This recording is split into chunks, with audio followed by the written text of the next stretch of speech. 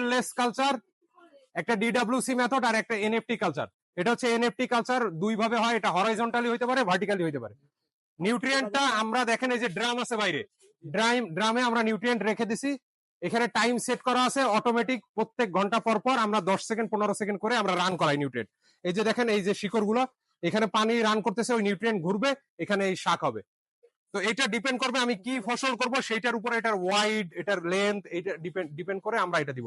Basically এখানে একটা foam দেওয়া, এই ফোমের ভিতরে আমরা চারাটা ইনসার্ট করে দিছি, এই চারা এই পানি থেকে খাবার নিবে, নিয়ে এটা গ্রো করবে। এটা হচ্ছে এনএফটি কালচার।